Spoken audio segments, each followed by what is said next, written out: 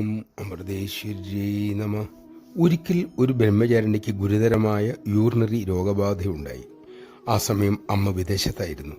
മരുന്നുകളോട് അവരുടെ ശരീരം ശരിക്കും പ്രതികരിച്ചില്ല. അമ്മയെ വിവരമറിയിച്ചു. പിന്നീട് ചികിത്സ അമ്മയുടെ ഉപദേശപ്രകാരമായിരുന്നു. വൈദ്യലോകത്തെ അത്ഭുതപ്പെടുത്തിക്കൊണ്ട് ആ ബ്രഹ്മചാരിണി വളരെ വേഗം രോഗവിമുക്തയായി.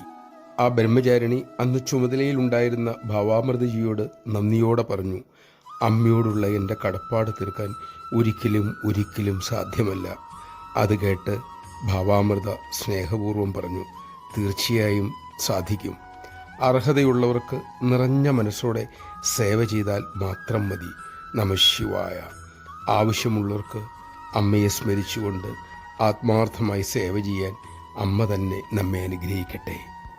അങ്ങനെ അമ്മ അളവില്ലാതെ നമ്മിൽ ചുരിഞ്ഞ സ്നേഹത്തിന് ചെറിയ രീതിയിലെങ്കിലും നമുക്ക് നന്ദി പ്രകാശിക്കാൻ സാധിക്കട്ടെ.